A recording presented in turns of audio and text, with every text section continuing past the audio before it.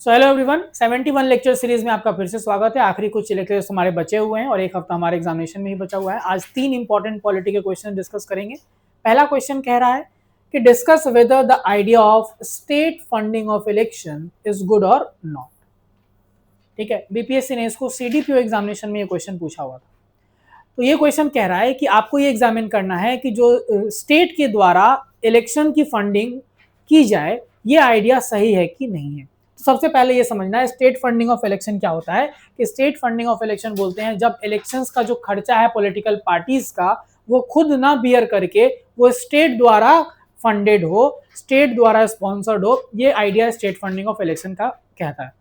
ये चीज 2016 में पहली बार इलेक्शन कमीशन ऑफ इंडिया, अभी रिसेंट टाइम्स की हम बात करें अगर, तो पहले से बहुत डिबेट में रहा है, but election commission of India ने 2016 में अपने एक पेपर में इसका जिक्र किया था और उन्होंने कहा था कि जो मनी पावर है, क्या है, जो मनी पावर है वो फ्री और फेयर इलेक्शन के प्योरिटी को विटिएट कर रहा है, कॉम्प्रोमाइज कर रहा है।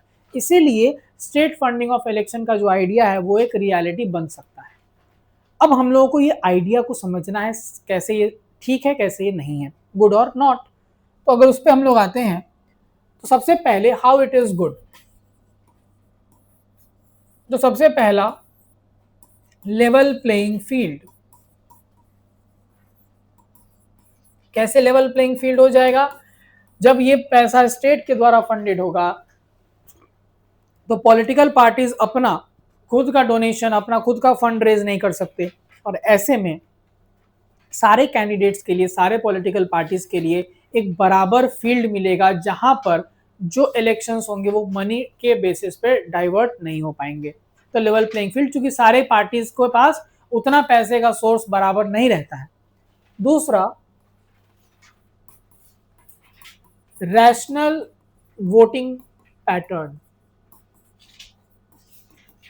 तो अगर मनी पावर का रोल कम हो जाएगा तो लोग फिर वोटिंग जब करेंगे तो वो किन चीजों पे ज्यादा फोकस आएगा? तब जो फोकस होगा वो कोर रहेगा रैशनल और मेन इंपॉर्टेंट इश्यूज पे, डेवलपमेंट इश्यूज के ऊपर, क्योंकि मनी पावर अभी कहीं ना कहीं ये चीज को विटिएट कर देता है, and that is because of the publication और एग्जीबिशन। अगर मेरी पार्टी के पास बहुत ज्यादा पैसे हैं तो मेरी कैंपेनिंग में वो इस तरह से रिफ्लेक्ट होगा कि वो अपने आप एक अनड्यू इन्फ्लुएंस क्रिएट कर देता है। तो ये इस कारण से रैशनल बेस्ड वोटिंग वहां पे आपको देखने को मिलेगा। तीसरा, ब्लैक मनी कर्व हो जाएगा। ब्लैक मनी कैसे कर्व होगा समझिएगा ध्यान से। आपको अगर हम बताएं एक ऑफिशियल डेटा, तो इलेक्शन कमीशन ऑफ इंडिया के पास रजिस्टर्ड पार्टीज की संख्या 2500 से ज्यादा है। आपको भी मालूम है कि एक्टिव पॉलिटिक्स में जो पॉलिटिकल पार्टीज पार्टिसिपेट कर रहे हैं वो 100, 150 या 200 से ज्यादा तो नहीं है। तो फिर इतनी पार्टीज ये रजिस्टर क्यों हो रही है? ये सब ब्लैक मनी से व्हाइट मनी करने का पॉलिटिकल डोनेशन और फंडिंग के द्वारा एक तरीका बना लिया गया है। तो स्टेट फंडिंग ऑफ इलेक्शन जब होगा तो ये ब्लैक मनी पे भी कर्व हो जाएगा। चौथा, क्रोनी कैपिटलिज्म एबॉलिश करना। क्रोनी कैपिटलिज्म क्या होता है? It is a nexus between political parties and the industries और कैपिटलिस्ट। क्योंकि ये फंड कर रहे हैं पार्टीज को, तो जब इनकी सरकार आएगी तो ये ऐसी पॉलिसी बनाएंगे जो इन इंडस्ट्रीज को फेवर करे। अडानी अंबानी वाला जो चलते रहता है ना न्यूज, वही चीज कह रहा है, क्रोनी कैपिटलिज्म को खत्म कर देगा ये। ठीक है। अगला चीज, इलेक्टोरल बॉन्ड आने के बाद कुछ जानकारी और पता चला। जैसे अगर ये स्टेट फंडिंग ऑफ इलेक्शन आता है और यानी कि आप खुद से पॉलिटिकल पार्टीज पैसा रेज करने से रुक जाते हैं, तो जो मिसयूज है किसका? डोनेशंस का। क्या करवाने के लिए? In order to secure money, in order to secure donation, they are actually trying to misuse the central agencies.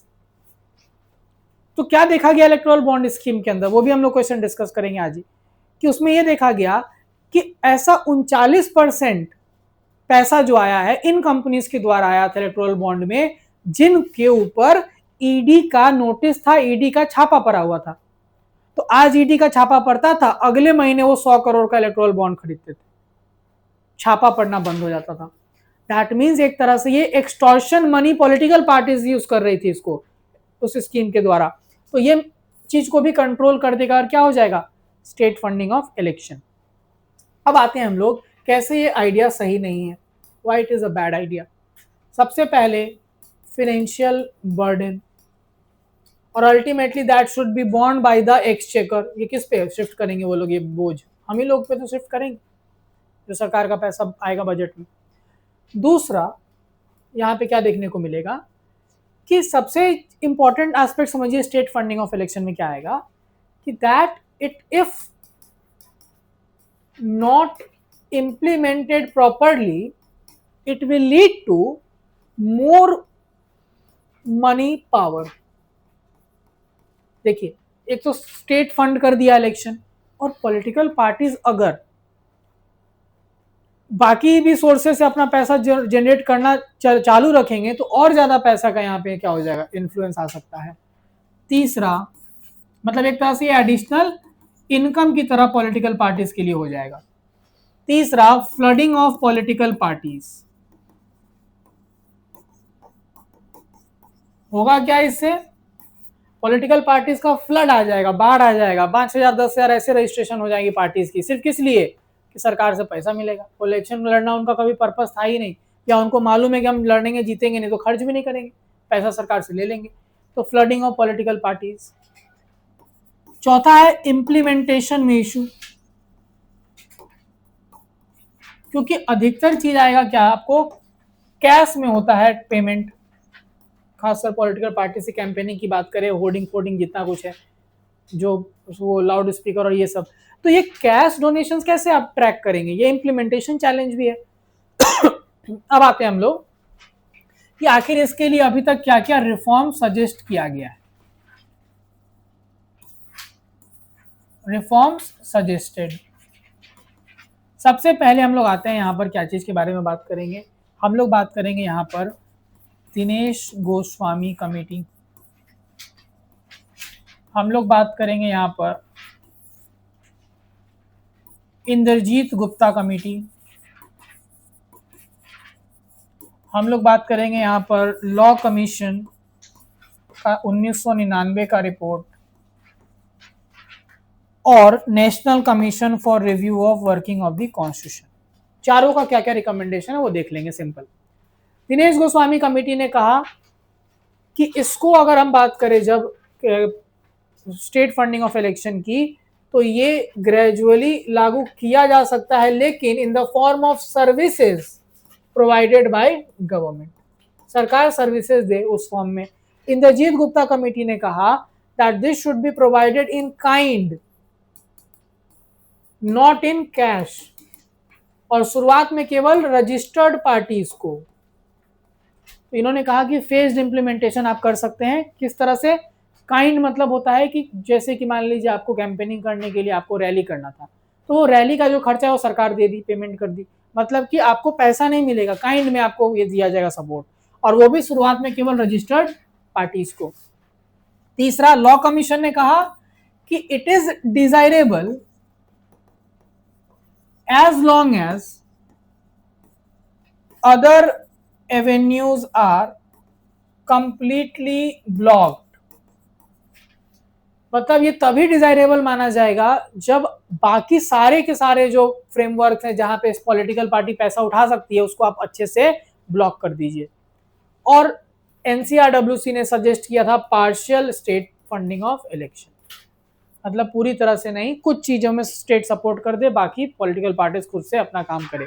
ये रिकमेंडेशंस आप देंगे। कंक्लूजन में आप एक सिंपल लाइन लिख सकते हैं, क्या लिख सकते हैं कि जब तक स्टेट फंडिंग ऑफ इलेक्शन के लिए एक कंक्रीट प्लान नहीं बन जाता, तब तक जरूरी ये है कि एग्जिस्टिंग जो पॉलिटिकल डोनेशन रेज करने का फ्रेमवर्क है उसको अच्छे से स्क्रूटनाइज किया जाए कोर्ट के द्वारा, और उस पर एक प्रॉपर चेक लगाया जाए, और इलेक्टोरल बॉन्ड स्कीम को हटाना इस पर्टिकुलर डायरेक्शन में एक बहुत अच्छा स्टेप है।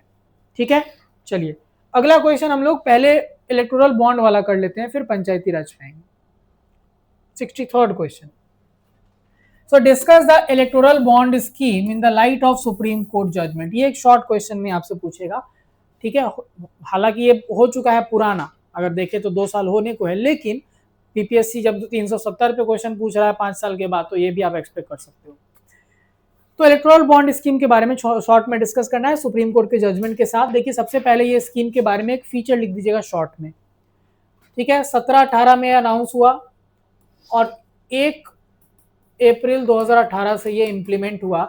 इसमें क्या होता है, 2000 से ऊपर का कैश डोनेशन को बैन कर दिया गया और कहा गया कि आपको एक बॉन्ड खरीदना पड़ेगा, और वो बॉन्ड खरीदने के लिए क्राइटेरिया समझिएगा, रजिस्टर्ड पार्टीज जिनको कम से कम 1% वोट मिला हो लास्ट इलेक्शन में, लोकसभा या विधानसभा के, वही खरीद सकते हैं, मतलब वही पैसा रेज कर सकते हैं। खरीदने के लिए केवाईसी अकाउंट होल्डर्स केवल ये बॉन्ड खरीद सकते हैं, ठीक है। और ये 5 डिनोमिनेशन में अवेलेबल था। अगर हम बात करें तो 1000, 10,000, 1 लाख, 10 लाख और 1 करोड़, ठीक है। ये 5 डिनोमिनेशन में एसबीआई के कुछ सिलेक्टेड ब्रांचेस में अवेलेबल था, और कोई भी जाएगा तो बॉन्ड खरीद लेगा उस अमाउंट का।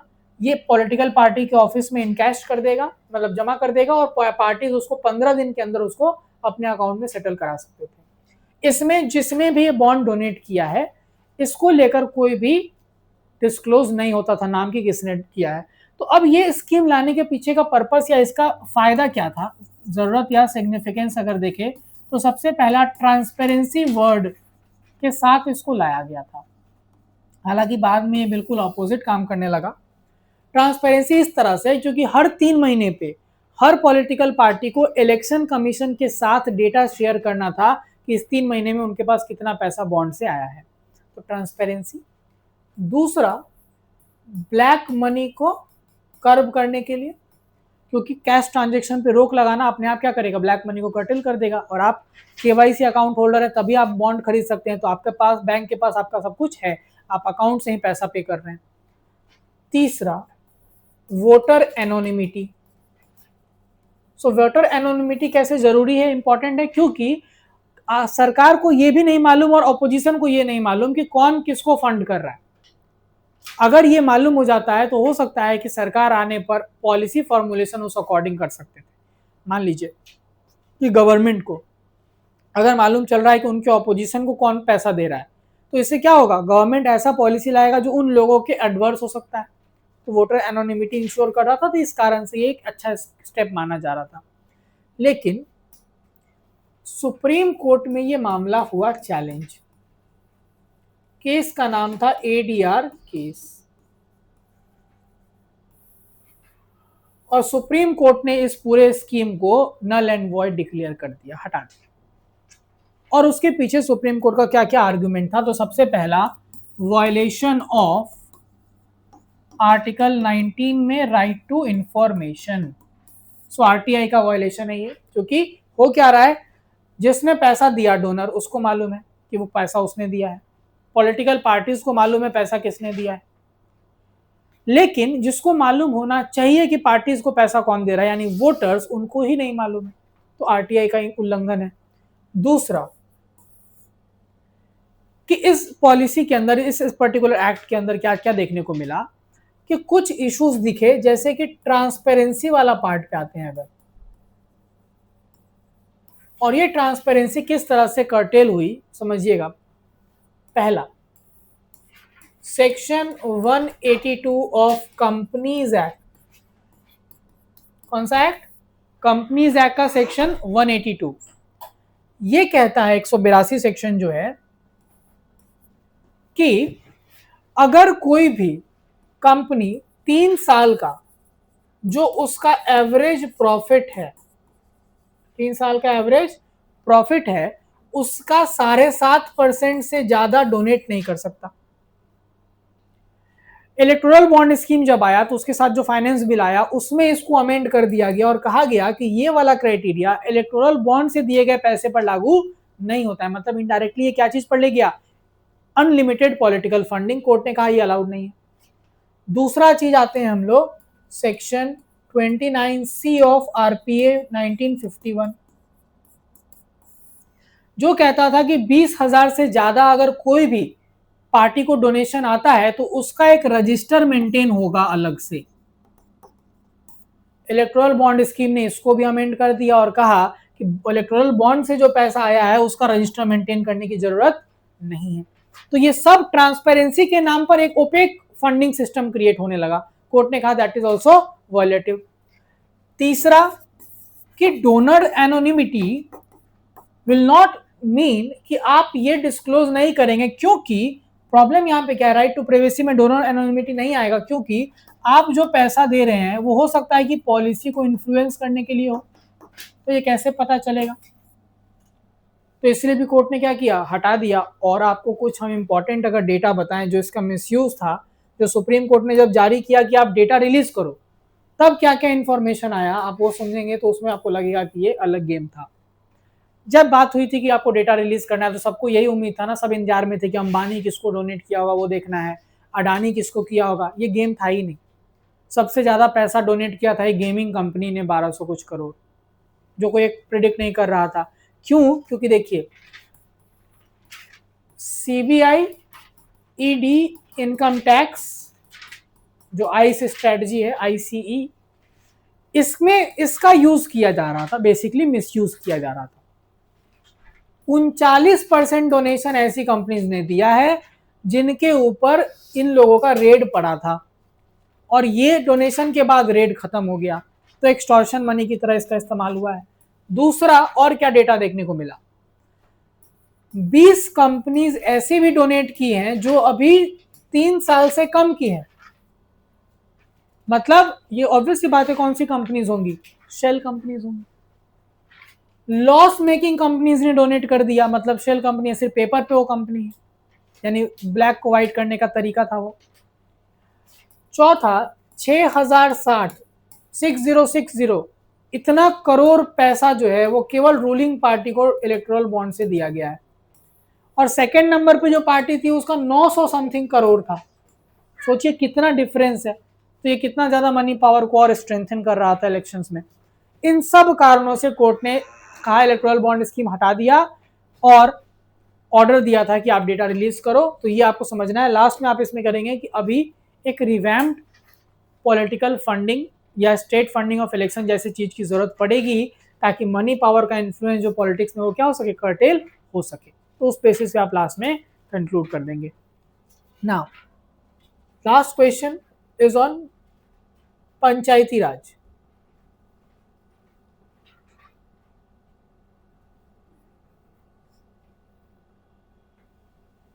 चलिए पंचायती राज के क्वेश्चन पे आते हैं। So it says examine the effectiveness of PRIs after 30 years of implementation. ठीक है, तो 24 अप्रैल 1993 को लागू हुआ और 30 साल से ज्यादा हो चुका है। तो अब हमको इसका इफेक्टिवनेस एग्जामिन करना है। रिसेंट ट्रेंड दिखाता है कि बीपीएससी पीआरआईज के ऊपर अच्छा खासा फोकस कर रहा है, पिछले 2-3 साल से लगातार क्वेश्चन आ रहे हैं। तो हम लोग इसको समझेंगे। स्टार्टिंग आप इंट्रोडक्शन जो है आप अपना कर देंगे किससे, वही हमारा 73rd अमेंडमेंट एक्ट के बैकग्राउंड से। ठीक है, उसके बेसिस पे ये चीज लागू हो गया था, पार्ट 9 और ये सब कुछ बता दीजिएगा। अब 30 साल में इफेक्टिवनेस को जब एग्जामिन करना है तो सबसे पहले अचीवमेंट्स का कुछ पार्ट देख लीजिएगा और मेंशन कर देंगे, तब चैलेंजेस पे आएंगे। सो अचीवमेंट्स में आपको सबसे पहला चीज रिप्रेजेंटेशन। सो डेमोक्रेसी से स्ट्रेंथन हुआ है, जो कि रिप्रेजेंटेशन बहुत ज्यादा बढ़ा है।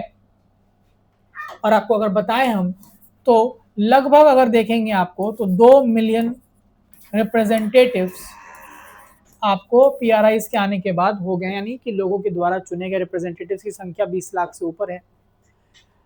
आप देखेंगे तो दूसरा, वल्नरेबल सेक्शन का empowerment because of the reservation of SC/ST, backward classes also, women. तो आपको दिखेगा बिहार में 52% के अराउंड विमेन रिप्रेजेंटेशन है पीआरआईज में, क्योंकि पहला राज्य भी था 50% रिजर्वेशन देने वाला महिलाओं के लिए।